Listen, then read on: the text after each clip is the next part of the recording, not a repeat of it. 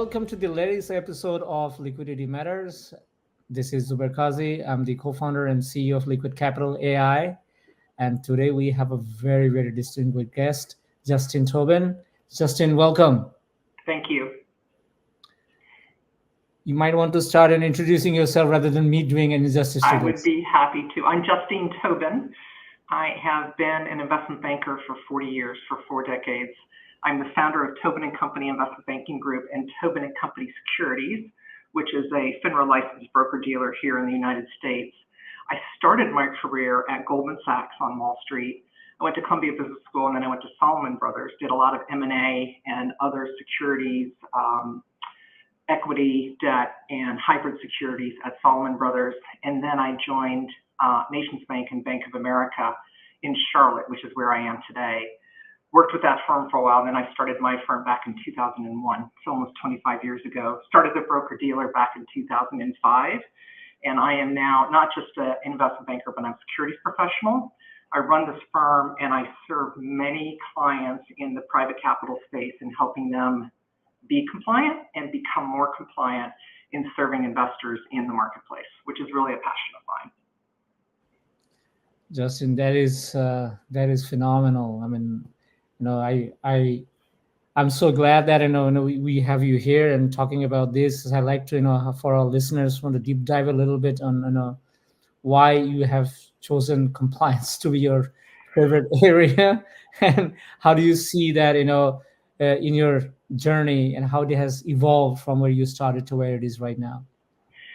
Yeah, Zubair, it's kind of interesting. I've always been an investment banker and started the broker-dealer, and it was really about opportunities that we saw in the marketplace. So as the Jobs Act was passed in 2012 and general solicitation was allowed in the private marketplace, there were clients out there, issuers and sponsors, who were trying to figure out how to do that. And they needed someone smart to help them with that process. And we're smart. I'm smart. And so it isn't just the sales, but it's about letting them do the sales. We don't have a mercenary sales force here at Tobin. We support our clients who are raising their own capital. So our job is to stay in the background and make sure they do it compliantly. What's interesting is because of that, when you affiliate with a broker-dealer, you offload a lot of that compliance responsibility and the opportunity to create a culture of compliance with that broker-dealer. They become an important part of your culture and of how you progress. And we just found that we had a talent at that. Some of that may be my gender, or some of it may be my tenure in the business. So that's why it's become passionate to me. I am also a rule follower as a person. So I tend to be maybe a little more talented in that part than just, going out and selling securities.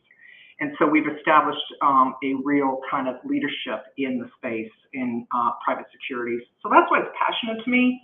And I guess I'm also really interested in that culture of compliance. I really want everybody to serve and follow the rules.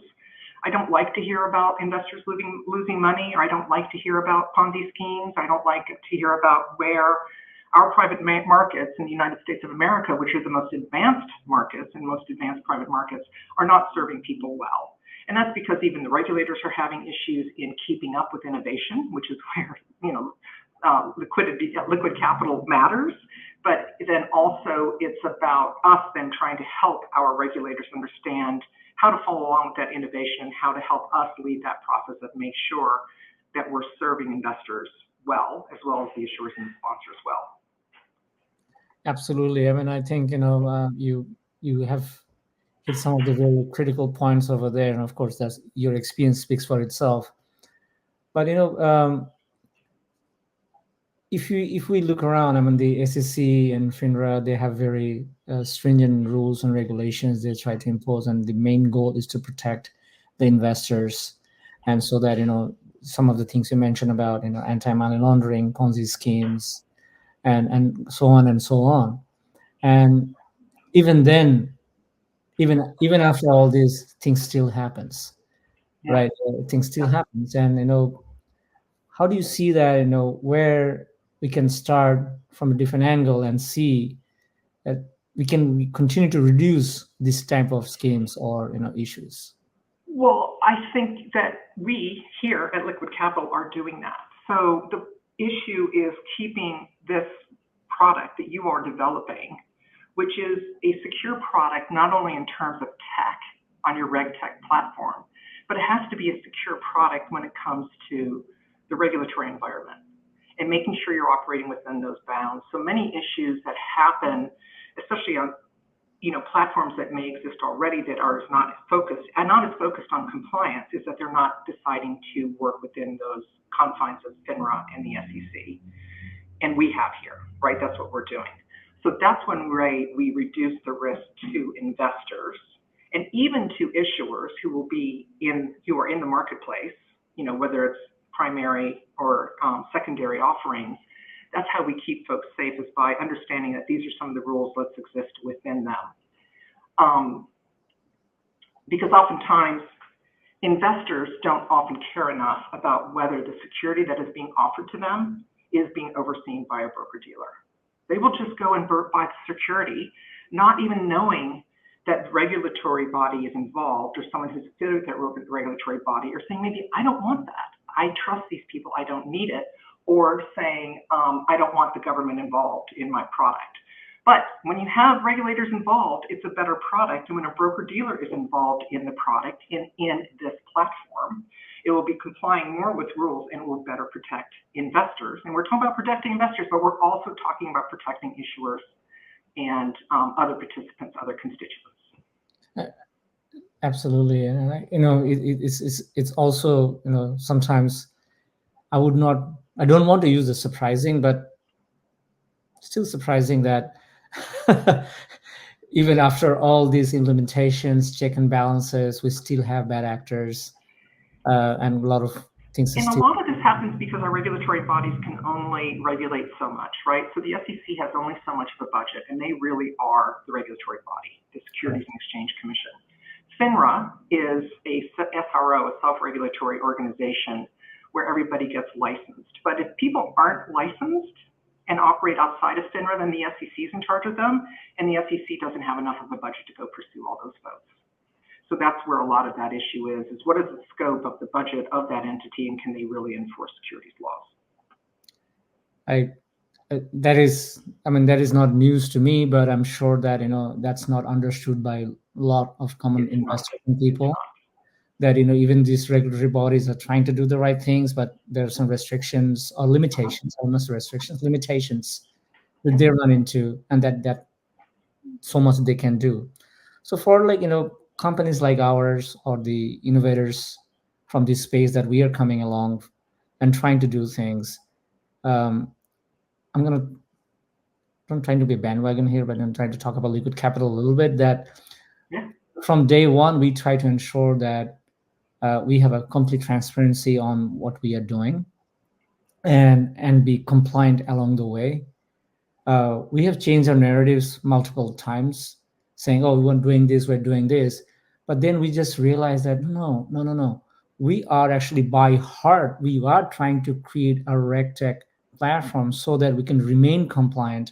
Whatever assets we're bringing in is actually in compliance with all the regulations out there. We don't falter at any given time. And of course, there's so much learning for us as well in this process.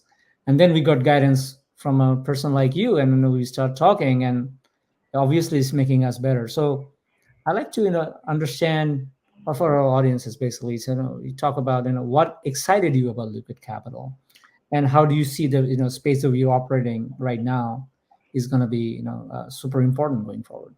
So the most important thing I love about Liquid Capital and being an advisor to the company is what you just said, the transparency. It's about being transparent and being authentic. And that is how a firm has a culture or a community of compliance or integrity, is by always being open. And we have that at our firm. So a culture of compliance is a normalized term in the securities industry. And so that's something that we like to talk about when we're working with you, and you guys have adopted that term as well. We all have that term together. And in that culture, it's about having transparency and how do you actually execute on that. In my firm at Tobin, it's about allowing anyone to ask any question they want to ask. There is no such thing as a bad question or a dumb question, because that question could help uncover fraud. It could help uncover confusion, that may be impacting an investor and making an investment less safe, or it could help uncover something that we didn't see in an offering that could have impaired returns to a customer. So I really wanted to talk about that, and that's why I'm excited to be here, and that's why I'm excited to be at Liquid Capital, as we're all trying to solve this problem of liquidity in the marketplace. So this is really about liquidity in the secondary market. How do we provide more liquidity to investors, which is a real issue right now, especially in this down market that we are in. And we see that with all of our clients, that there's investors who, want redemptions. We know that, Blackstone had a big redemption, situation about 15 months ago where, it took them a while to get to those redemptions. Why is that the only way for investors to get their capital back? Even though they want it early and that wasn't part of the contract, why not provide that opportunity? So it's really important to me that that is an option in the marketplace. That's how we're going to make the markets more accessible and more successful for all of us, because private capital is so important to the economy of the United States of America. As the public markets become less important, the private markets are going to become more important. And we know that we're trying to get more and more retail investors, which are individuals as well as institutional investors, into that marketplace. And that's how we do that. And what I also think is interesting about this, Zubair, is it's just not just about the secondary market, it's also about the primary market. We have a client right now who's going to be starting a blind pool, but instead of having the capital calls right at the beginning of the offering, as assets are added to the pool, they want to call that capital. And I see this kind of reg tech platform as being an opportunity to make those calls.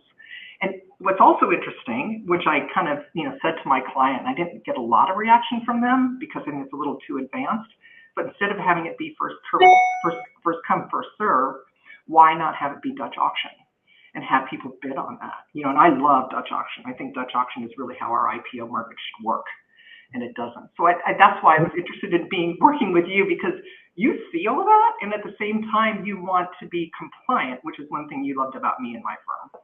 Yeah. Yes. I'm just going to say yes. So, as we're talking about the secondary market and the opportunities and then the challenges, both, what exists. Definitely, the down market after 2021, we are seeing a different kind of turn. But there is a report that I was reading a couple of days back, shared by, one of our board members, Michael Bornhauser, who's in Switzerland. So he was sharing, and I was reading that article. It said, hey, look, we all know that the entire venture industry total capital size is around 1.4 to 1.5 trillion dollars, but worldwide it has gone out to be almost like 15 trillion dollars, the total investment that has been made. Can you guess the demand is for investments? That's what is actually floating around. But what's the investment demand that people actually? It's double that. Oh, so it's about what actual investment is versus what the demand is for what people actually want, and what the product is that's available. I'm not surprised at all. It's $30 trillion. Now, I was trying to look into it and said, so how do we actually cater to this demand when the money is actually stuck? Your liquidation events on investments are only 1, 2, 3 in an M&A. You go to IPO, or other ways you go belly up, and it's turned to a loss. Mm-hmm. So how do you actually generate cash in this? Well, you do it through liquid capital, and what this is going to be. Right. So you continuously give that opportunity. What you just mentioned. If I have an opportunity to trade and generate liquidity on demand, not on a situation that, I have to find somebody to buy something from me and that at a discount or something. And then all kind of these rules and regulations comes into your head, holding period, other criteria, regulations that are there. How do you go around this? And I was smiling and saying, hey, we have solved all these problems. So it's just about, when you come to the market and, attract these buyers to come in and see, hey, look, we're actually addressing all the problems you're mentioning. Mm-hmm. Yep, absolutely. You said, on demand. Right now we know it's at maturity, or, when the M&A event happens, or when someone deems to give you a redemption. My argument is that even anywhere in between would be better. Maybe not on demand, but within 24 hours, that would be great. Yeah. Or within 3 weeks would be great, because it's all way better than what exists right now. Absolutely. And if you see some of the trends that are changing right now, pre- previously, before this whole Web3 innovation happened, markets opens at 6 a.m. and closes at whatever time it is. And after that, you cannot do much trading. Mhm. But with the Web3 technologies coming in, it's 24/7 anywhere in the world, any time of the world, and wherever you are. And so which is what it should be, and it's just taken a long time to get there because we've had the internet for nearly 30 years. Why did it take so long for that to come along for us? correct. Now, BlackRock yesterday launched their one of the securitized tokenized funds. Actually, they introduced yesterday.